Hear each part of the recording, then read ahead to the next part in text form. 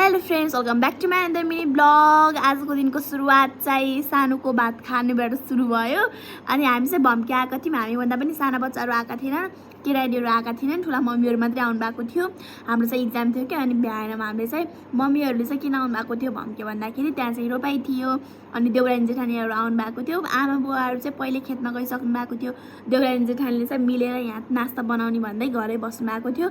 अनि सानो भाइलाई हेर्दै गफ गर्दै बाटैभरि नेचुरल ब्युटीहरू देखाउँदै हिँड्दै हुनुहुन्थ्यो।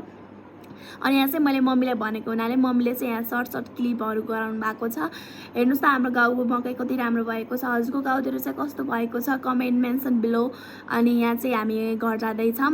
घरभन्दा पनि नास्ता लिएर उता खेतमा जाँदैछौँ। हेर्नुहोस् हाम्रो मकै यस्तो राम्रो भएको छ। अनि आन्टीले चाहिँ बाख्रालाई घाँस दिनुभयो। अनि फेरि मम्मीहरू चाहिँ लाग्नुभयो नास्ता बोकेर। यहाँ चाहिँ भाइलाई बोक्दै जाँदै हुनुहुन्थ्यो। अनि हामी चाहिँ खेतमा पुग्यौँ।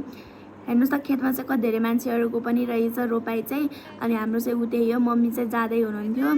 अनि छिटो जाँदै हुनुहुन्थ्यो, भारी भएको रहेछ। अनि त्यही भएर बिसाउँदै जाँदै हुनुहुन्थ्यो। उहाँ खेतमा गइसकेपछि पुरै रमाइलो गर्दै हुनुहुन्थ्यो। कोही नाच्दै हुनुहुन्थ्यो, कोही गाउँदै हुनुहुन्थ्यो। रमाइलो भएको रहेछ। तर मैले यस्तो राम्रो ब्युटिफुल टाइमलाई चाहिँ मिस गरिरहेको छु।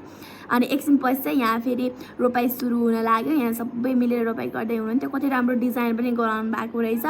अनि त्यसपछि चाहिँ रोपाइ सुरु भयो। धमाधम सबैजनाले मिलेर रोपाइ चाहिँ चाँडै सक्नुभयो। यहाँ चाहिँ रमाइलो गर्नु भएको थियो, नाच्दै हुनुहुन्थ्यो, उता फेरि खाँदै हुनुहुन्थ्यो, बच्चा बच्चीलाई हेर्दै खाँदै गर्दै हुनुहुन्थ्यो। अनि एकछिनपछि चाहिँ नास्ता पनि रेडी भएको थियो। अनि नास्ता पनि खायौँ।